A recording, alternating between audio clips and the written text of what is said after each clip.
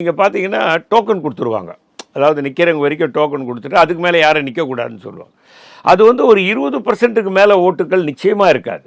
50% 70% எப்படி போகுதுன்னா அங்கே தான் தேர்தல் கமிஷனுடைய தன்னுடைய வேலையை காட்டுறாங்க.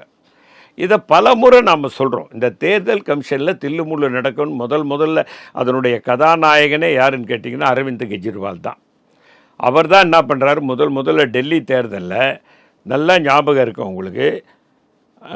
ஆம் ஆத்மி 28, காங்கிரஸ் 9, பிஜேபி 33 வெற்றி பெறுறாங்க. பிஜேபி ஆட்சி அமைக்கலை. காரணம், காங்கிரஸ் வந்து அரவிந்த் கெஜ்ரிவாலுக்கு சப்போர்ட் பண்ணோன்னே அவங்க 37 எம்எல்ஏ, பிஜேபி 33 ஆட்சி அமைச்சாங்க. ஒரு 11 மாதத்தில் ஆட்சி கவுந்து போச்சு. மீண்டும் தேர்தல் நடக்குது. அதில் 67 இடங்கள் ஆம் ஆத்மி, 3 இடங்கள் பிஜேபி, காங்கிரஸ் 0. அங்கே தான் சந்தேகம் வந்து என்னன்னு பார்க்கும்போது அவர் தான் அந்த ஓட்டிங் மிஷினில் மால் ப்ராக்டிஸ் பண்ணி எவ்வளோ வெற்றி பெற்றிருக்கிறாருன்றதை கண்டுபிடிச்ச பிஜேபி அதை கையில் எடுத்துட்டாங்க. இதனுடைய கதாநாயகனே முதல்ல அரவிந்த் கெஜ்ரிவால் தான். அவர் தான் இதை கொண்டு வந்து இந்த தேர்தல் கமிஷன் இந்த ஓட்டிங் மிஷினில் மற்ற எல்லா விவகாரங்களும் எப்படியாவது ஆட்சி அமைக்கணும் அப்படின்றதுக்கு தேர்தல் கமிஷனை எப்படி யூஸ் பண்ண முடியும், ஓட்டிங் மிஷினை எப்படி யூஸ் பண்ண முடியுன்றதெல்லாம் கண்டுபிடிச்சவர் அவர் தான்.